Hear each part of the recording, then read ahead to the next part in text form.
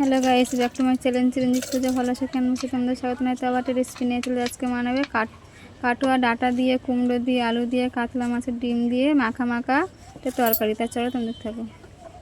আমি কাঁচা লঙ্কা নিয়ে নিচ্ছি, আদা নিয়ে নিয়েছি, রসুন নিয়ে নিয়েছি, একসঙ্গে বেটে নেব। আদা, রসুন, কাঁচা লঙ্কা। আমি এখানে কাতলা মাছের ডিম নিয়ে নিয়েছি, তা ভালো করে ধুয়ে নিয়েছি।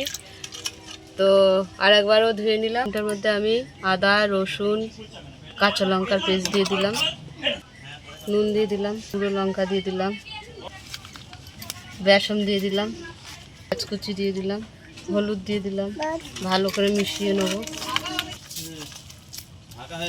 তো উনুনটা ধরিয়ে দিলাম,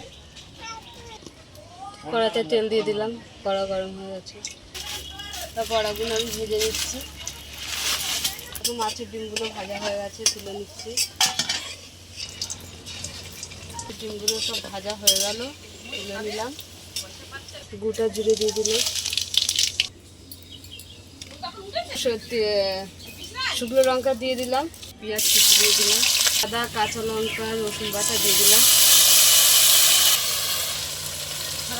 হলুদ দিয়ে দিলাম, নুন দিয়ে দিলাম,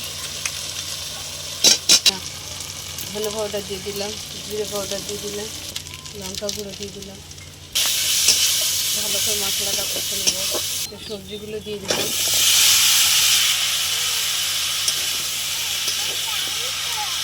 কষানো হয়ে গেছে, আমরা জল দেবো ডাঁটাগুলো সিদ্ধ হওয়ার জন্য। তো বড়াগুলো আমি দিয়ে দিচ্ছি।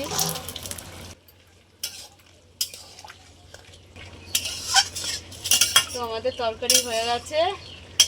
আলু দিয়ে, ডাঁটা দিয়ে, কাতলা মাছের ডিম দিয়ে রেসিপি হয়ে গেছে, নামিয়ে নিলাম।